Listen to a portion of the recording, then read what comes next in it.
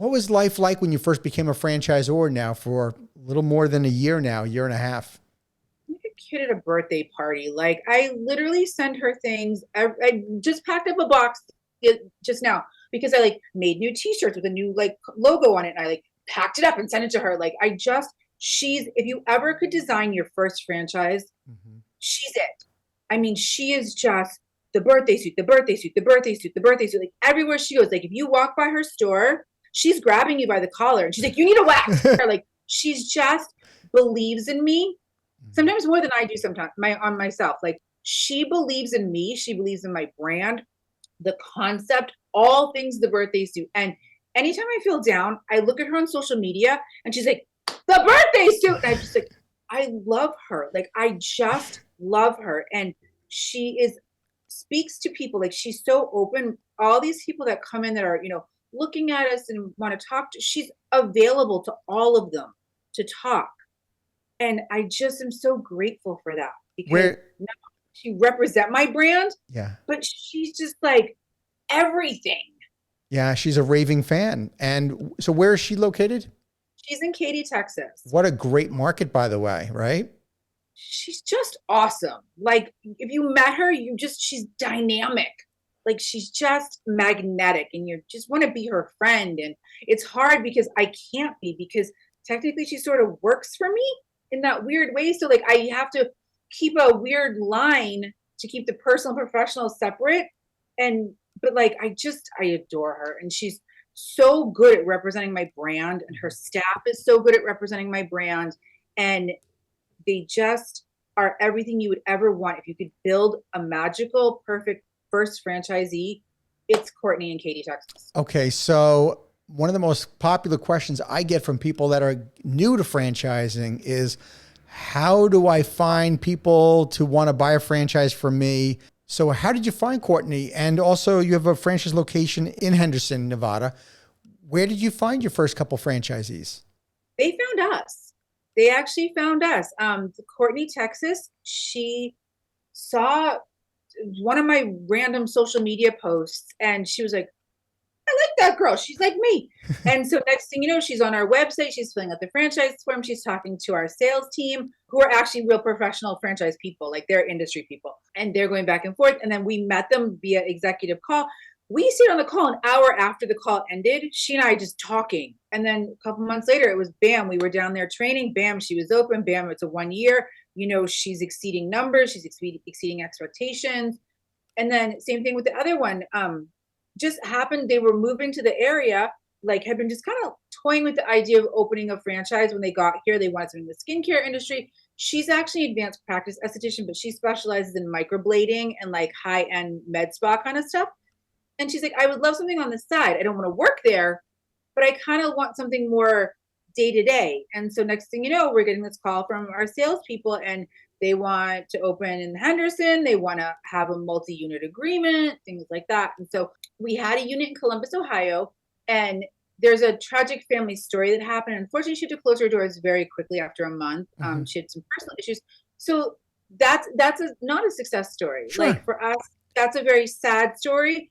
But and I don't like, I feel like it reflects poorly on me and it doesn't because it's her, like a personal thing that happened. And it happens in Um, franchising. Unfortunately, we're dealing with other people, and they have personal lives. One thing though I like to add about that, Stacy, is that sometimes we think we're awarding a franchise to the right person, and they are the right person. It seems like when we're meeting them, but what we don't know is what is going on in their personal lives, and sometimes, obviously, it could be a circumstance out of their control where something happens after they've already bought the franchise and already open, but we have to remember that when we're in that relationship with the franchisees, that there's a lot of stuff that's going on in their personal life too, and we have to make sure they're the right fit. yeah, no, 100%. She was open for a month and we got this email saying she was not going to open. Like New Year's Eve was her last day. She had to close. Yeah, And we were all kind of gutted and surprised. And we worked really hard to see if we could find someone who could, because legally that's now our location if we want it. sure. We worked very hard, very quickly to see if we could find a management team to go in there because the staff was willing to hang around. And we just couldn't make it happen without me being there or one of my team being out there for a few weeks, and it just wasn't going to work. Yeah, it's understandable. Stacey, what would you say is obviously Courtney is your ideal franchise owner, but just for the audience that maybe people that might be interested in investing in your franchise, being a franchise owner, what are some of the traits that you think a franchisee needs in order to be successful, like Courtney? We're so just a fun brand. It's not serious. It's not high technology. You just have to be willing to, one, be able to talk about some uncomfortable body parts, but really you just have to have that hunger to want to win and to be a part of a team and a family and be open to hearing suggestions, but also be confident enough in whatever knowledge you bring to the table to know that I'm open to hearing your suggestions too. We want someone that wants to be a part of that community and like their own community and help grow the economy in their own community by hiring the local people to come in and being a part of moms groups and school organizations. And it's not a huge financial investment with the birthday suit because your daily operating costs literally are wax, table paper, and popsicle sticks. Right. That's it. That's our operating material. So a ideal franchisor is just someone that really believes in the brand and believes in the concept and can trust the process, that we know what we're doing after 13 years and we know maybe you don't agree with how we do it, but we're doing it the right way. Mm-hmm. We're not doing it the way of some of the bigger corporate waxing brands because we know that doesn't work. Their staff turnover is like wildfire. Our staff has been with us for 10, 12, 13 years because we know what works. And when you have that longevity with your staff, you have that longevity with the clients. Sure. The clients don't need to go anywhere else because their waxer's not going anywhere else. So we just want someone to come to the table that wants to develop their area, develop their community, economic strength, economic growth, and just, be ready to have a little fun. And you know what? If you want to be semi-absentee, we're going to train your managers. We're going to come in there and train them so you don't have to. So you don't even have to be there if you don't want to. Right. And so my job as a franchisee ultimately is the networking, marketing, getting clients to come in. How many staff do I generally have when I open? Ideally, you would have 3 to 4 front desk team. Okay. Which one of those can be your front of the house manager. There is not a position of just a manager that's necessary. Your front of the house manager should also be working your front desk.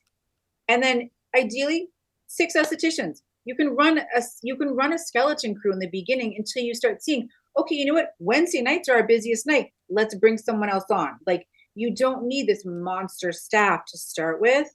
You can have a 10-person team, and that's going to get you going quickly.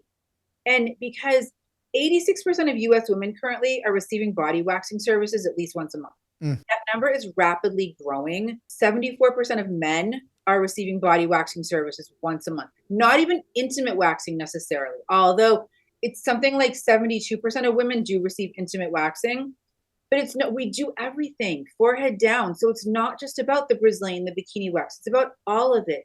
So you can do it with a small staff. You can do it with a smaller team. You can do it in podunk nowhere because you know what? Those women still need a place to go. So they're going to drive an hour to a major city once a month, or they're going to come to you. Sure. And typically it's in a storefront in like a shopping center. And how big is one of the locations, generally speaking? The ideal footprint is about 12 to 1,400 square feet. Okay. You need 4 treatment rooms, an area for a children's lounge, a front desk, a little couch area. And that's it. I mean, the rooms are 12 by 12, 10 by 10. Like, you're not looking at this monster space. It's very economical. We're working with a great site selection team that will come in and they know what we're looking for. They know they know what kind of space we're looking for. And because we're so flexible as an emerging brand, you get a lot of wiggle room with us because we don't have that clout per se to demand things. So if you go in and find an old doctor's office or an old massage place, or an old med spa that's already built out, we're going to say, go with it. Some paint, some flooring, let's get you open.